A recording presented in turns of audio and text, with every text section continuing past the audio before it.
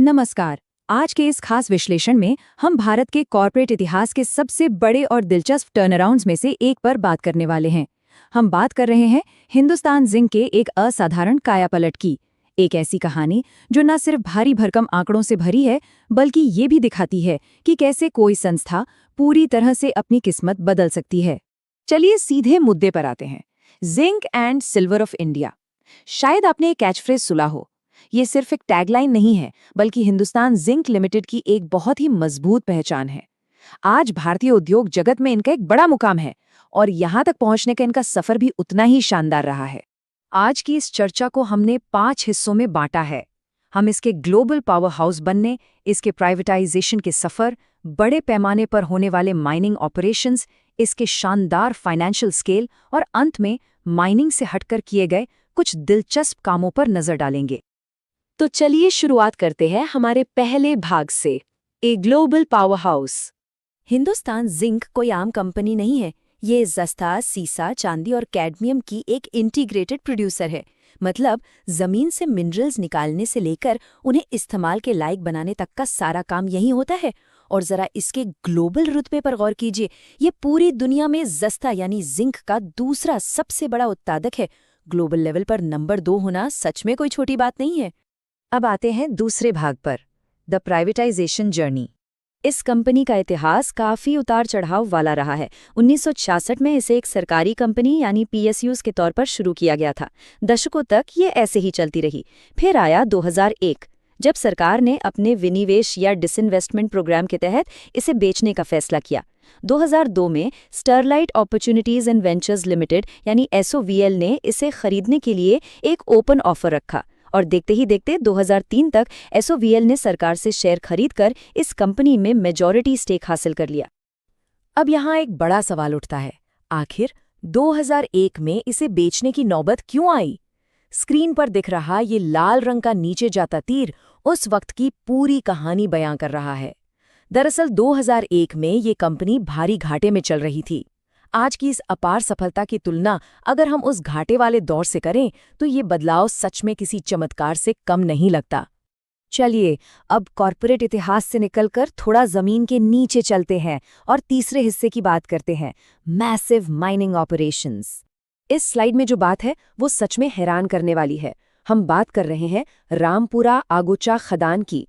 इसका स्केल इतना विशाल है कि ये दुनिया की तीसरी सबसे बड़ी ओपन पिट खदान है। और अगर हम सिर्फ जिंक की बात करें तो ये पूरी दुनिया की सबसे बड़ी खदान है। बिल्कुल सही सुना आपने, दुनिया की सबसे बड़ी। ये वैश्विक स्तर पर भारत के दबदबे का एक बहुत शानदार उदाहरण है। और दिलचस्प बात यह है कि इनका काम सिर्फ एक जगह तक सीमित नहीं है। राजस्थान में इनका माइनिंग नेटवर्क काफी बड़े इलाके में फैला है। रामपुर आगोचा के साथ साथ राजपुरा, दरीबा, सिंदेसर खुर्द, कायड़ और जावर में इनकी प्रमुख खदानें हैं। ये लिस्ट साफ दिखाती है कि राजस्थान के माइनिंग सेक्टर में इनका कितना भारी दबदबा है। जाहिर है खदानों से निकले इस कच्चे माल को साफ करने के लिए उसे प्रोसेस भी करना पड़ता है। इसके लिए चंदेरिया, देबारी, दरीबा और उत्तराखंड के पंतनगर में इनकी स्मेल्टिंग और रिफाइनिंग फैसिलिटीज मौजूद हैं और इनकी कुल उत्पादन क्षमता 10 लाख टन है। इसके अलावा आंध्र प्रदेश के विशाखापट्टनम में भी इनका एक स्मेल्टर है, हालांकि वहां अभी कामकाज सस्पेंडेड है। जमीन और खदानों की बात हो गई, अब आगे बढ़ते हैं हमारे चौथे भाग की तरफ, फाइनेंशियल स्केल। देखते हैं कि ऑपरेशंस असल में कितना पैसा बनाते हैं। आज इस विशाल कंपनी का मालिकाना हक किसके पास है? ये चार्ट इस बात को एकदम साफ कर देता है। पेरेंट कंपनी वेदांता लिमिटेड के पास 64.92% का बड़ा हिस्सा है, जबकि भारत सरकार के पास आज भी 35.08% की हिस्सेदारी है। प्राइवेट और सरकारी ओनरशिप का ये एक बहुत ही दिलचस्प बैलेंस है। अब इस पूरे साम्राज्य को चलाने के लिए कितने लोगों की जरूरत पड़ती होगी? जरा इस नंबर को देखिए, 25,531। 2025 के आंकड़ों के मुताबिक रेगुलर और कॉन्ट्रैक्ट पर काम करने वाले कर्मचारियों की ये कुल संख्या है। ये सिर्फ एक नंबर नहीं है, बल्कि ये दिखाता है कि ये ऑपरेशंस कितने बड़े पैमाने पर रोजगार दे रहे हैं। अब जरा इस फाइनेंशियल ग्रोथ को देखिए। ये ऊपर की तरफ जाता हुआ हरा तीर बहुत कुछ कह रहा है। 2025 में कंपनी का रेवेन्यू 34,083 करोड़ रुपए तक पहुंच गया है। ये एक जबरदस्त ग्रोथ है जो साबित करती है कि कंपनी का काम कितनी तेजी से आगे बढ़ा है। लेकिन यहाँ सबसे अहम पॉइंट ये है कि सिर्फ रेवेन्यू ही नहीं बढ़ा है, प्रॉफिट भी कमाल का है।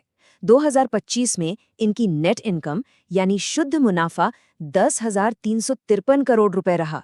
जरा सोचिए, एक कंपनी जो कभी घाटे में थी आज वो इतनी बड़ी रकम मुनाफे के तौर पर कमा रही है। ये सच में एक अनबिलीवेबल टर्न अराउंड है। इस पूरी फाइनेंशियल पिक्चर को समेटने के लिए इन फिगर्स पर एक नजर डालते हैं। 2025 में कंपनी के कुल एसेट्स 34,490 करोड़ रुपए है और टोटल इक्विटी 13,326 करोड़ रुपए है। ये भारी भरकम आंकड़े साफ कर देते हैं कि ये कॉर्पोरेट ढांचा असल में कितना विशाल और मजबूत हो चुका है। चलिए अब इन भारी आंकड़ों से थोड़ा ब्रेक लेते हैं और चलते हैं हमारे आखिरी भाग की तरफ, बियॉन्ड माइनिंग। क्या आपने कभी सोचा है कि एक माइनिंग कंपनी का फुटबॉल के मैदान से भी कोई लेना देना हो सकता है? बिल्कुल हो सकता है।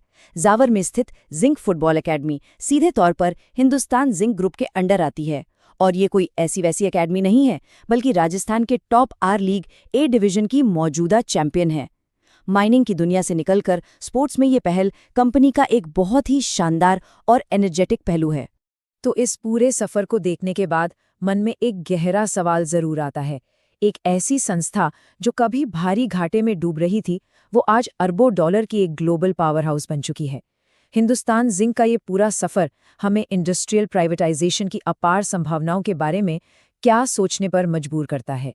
क्या ये एक ऐसा बदलाव है जिससे हम कुछ सीख सकते हैं? ये एक ऐसा सवाल है जिस पर गौर जरूर किया जाना चाहिए। आज के इस विश्लेषण में हमारे साथ जुड़ने के लिए आपका बहुत बहुत धन्यवाद।